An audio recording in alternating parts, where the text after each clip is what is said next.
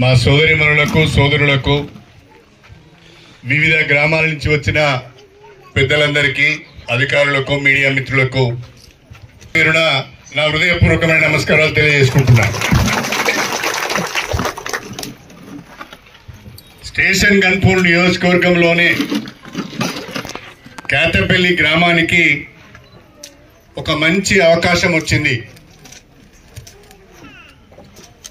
26 జనవరి 2025 రోజున రాష్ట్ర ప్రభుత్వం అత్యంత ప్రతిష్టాత్మకంగా చేపట్టిన 4 పథకాలను మనం కేతపల్లి గ్రామంలోనే ప్రారంభించుకున్నాం.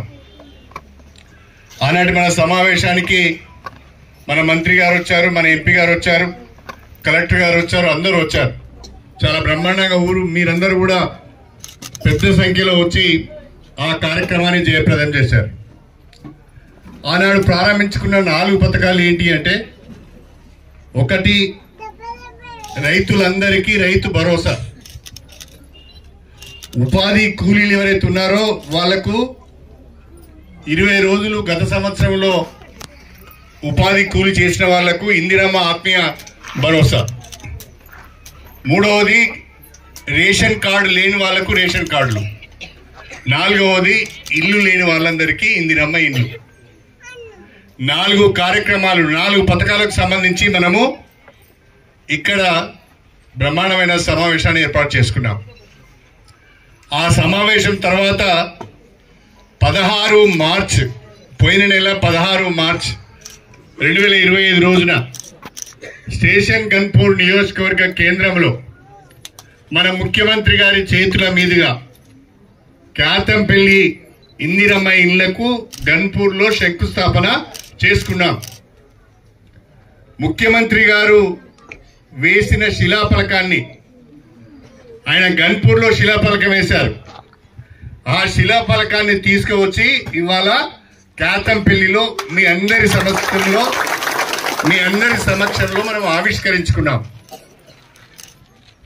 కేతంపల్లి గ్రామము ఎందుకు ఒక మంచి అవకాశం వచ్చింది అంటే, మీ గ్రామంలో మన అధికారులు ఇస్తున్న సమాచారం మేరకు దాదాపు 751 మందికి రైతు భరోసా వచ్చింది. అన్ని గ్రామాలలో రైతులందరికీ రైతు భరోసా ఇంకా రాలేదు. కానీ కేతంపల్లి గ్రామంలో అందరికీ కూడా 1616 ఎకరాలకు 751 మంది రైతులకు రైతు భరోసా వచ్చింది. అదేవిధంగా 43 మందికి ఉపాధి కూలీలు ఎవరైతే ఉన్నారో గత సంవత్సరం 20 రోజులు పైబడి ఎవరైతే కూలీ పని చేశారో వాళ్లకు 43 మందికి ఇందిరమ్మ ఆత్మీయ భరోసా వచ్చింది. అదేవిధంగా దాదాపు 207 కుటుంబాలకు రేషన్ కార్డులు కొత్త ఇవ్వడం కానీ, మార్పులు చేర్పులు చేయడం కానీ మన కేతంపల్లిలో జరిగింది. వాళ్ళకు రుణ సహాయం కల్పించాలని చెప్పి నేను కోరుతున్నా. అదేవిధంగా గ్రామంలో ఉన్న విఓఏలు ఎన్ని ఉన్నాయి మీ దగ్గర? విఓఏ ఒకటి ఉందా, 2 ఉన్నాయా? ఒక విఓఏ ఉంది. మీ విఓఏలు ఎవరైతే సభ్యులుగా ఉన్నారో వాళ్ళకు కూడా మీ సంఘం నుంచి ₹1,00,000 లోన్ ఇవ్వచ్చు. మీరు ఎంతమందికి వీలైతే అంతమందికి ఇవ్వాలి. ఎంపీడీఓ గారు వచ్చి కూర్చొని స్పెషల్ మీటింగ్ పెట్టాలి. నాతో వచ్చిపోవడం కాదు, స్పెషల్ మీటింగ్ పెట్టి మీరు అవసరం అనుకుంటే పీడీని కూడా పిలుచుకొని, డిఈని కూడా పిలుచుకొని, మీ ఏపీఎంను కూడా పిలుచుకొని, బ్యాంకర్ని కూడా పిలుచుకొని ఎంతమంది లబ్ధిదారులకు రుణ సాయం అందించవచ్చు, ఎంతమందికి విఓఏల ద్వారా రుణం అందించవచ్చు. రుణం అంటే ఏంటి? మీరు ₹1,00,000 ఇస్తారు, మళ్ళీ వాళ్ళ బిల్ రాగానే మీ డబ్బులు మీకు ఇచ్చేస్తారు. ఆ రకంగా అందరు కూడా ఇల్లు కట్టుకోవడానికి కొందరి దగ్గర డబ్బులు ఉంటాయి, కొందరి దగ్గర ఉండవు. కట్టుకోవాలని ఉంటుంది, చేతిలో డబ్బు లేకపోతే కట్టుకోలేకపోతారు. కూర్చోండి. చేతిలో డబ్బులు లేకపోతే కట్టుకోలేకపోతారు. దయచేసి పీడీ హౌసింగ్ గారు, అదేవిధంగా మన ఎంపీడీఓ గారు, డిఈ హౌసింగ్ గారు, స్పెషల్ ఆఫీసర్ గారు, ఇది మీ బాధ్యత. ఇక్కడ అన్ని ఇళ్ళు కూడా కట్టాలి. కట్టకపోవడానికి కారణం ఏంటి? సాంకేతికపరమైన కారణాలు ఏంటి, పరిపాలనపరమైన కారణాలు ఏంటి, ఆర్థికపరమైన కారణాలు ఏంటి తెలుసుకొని వాటిని సార్ట్అవుట్ చేయాలి. నేను తహసీల్దార్తో కోరుతున్నాను, తక్షణమే మీరు కలెక్టర్ గారితో మాట్లాడి ఒక నోట్ పెట్టి అవసరం అనుకుంటే స్పెషల్ పర్మిషన్ తీసుకొని ఆ ఎస్సీలు ఎవరైతే ప్రభుత్వ భూములలో ఉన్నారో వాళ్ళందరికీ కూడా ఎంజాయ్మెంట్ సర్టిఫికేట్ ఇచ్చి వాళ్ళందరూ కూడా ఇందిరమ్మ ఇల్లు కట్టుకునే విధంగా అనుమతి ఇవ్వాలని చెప్పి నేను ఈ సందర్భంగా ప్రత్యేకంగా కోరుతున్నాను. కాతంపల్లి గ్రామ ప్రజలందరికీ నాదొక విజ్ఞప్తి. నేను మీ ఎమ్మెల్యేగా ఎన్నికై 16 మాసాలు అయింది. ఈ 16 మాసాల కాలంలో మన కాంగ్రెస్ ప్రభుత్వం మన ముఖ్యమంత్రి నోచుకోలేదు. ఆనాడున్న పెద్దలు ఊళ్ళోకి వచ్చినామా, ఇంత తాగినామా, ఇంత తిన్నామా, ఎగిరినామా, దునికినామా అన్నట్టుగానే రాజకీయం నడిపింది తప్ప ఈ ఊరికి ఏం కావాలి, ప్రజలకు ఏం కావాలని ఏనాడు ఆలోచించిన పాపాన పోలేదు. కాబట్టి మాకు నిధులు కావాలని అడిగితే 16 మాసాలలోనే 800 కోట్ల రూపాయల అభివృద్ధి నిధులను మన నియోజకవర్గానికి తెచ్చుకున్నాం. పోయిన నెల 16 మార్చి నాడు వాటన్నిటి కూడా శంకుస్థాపన చేసుకున్నాం. పనులు ప్రారంభమైనాయి. దయచేసి ఇదంతా మీరు గమనించాలని చెప్పి నేను కోరుతున్నా.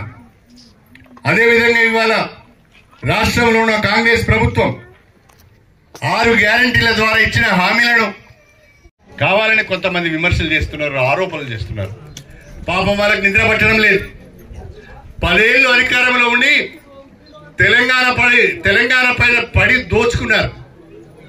ధరణిని అడ్డం పెట్టుకొని 100 ఎకరాల భూములను కబ్జా చేశారు. ప్రభుత్వాన్ని అడ్డం పెట్టుకొని 1000 కోట్ల రూపాయలు సంపాదించుకున్నారు.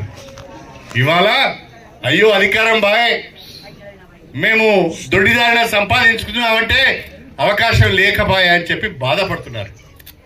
కానీ ఇవాళ ఈ ప్రభుత్వం పేదల ప్రభుత్వం, ఇది ప్రజా ప్రభుత్వం, ప్రజా సంక్షేమాన్ని దృష్టిలో పెట్టుకుని ముందుకు వెళ్తున్న ప్రభుత్వం.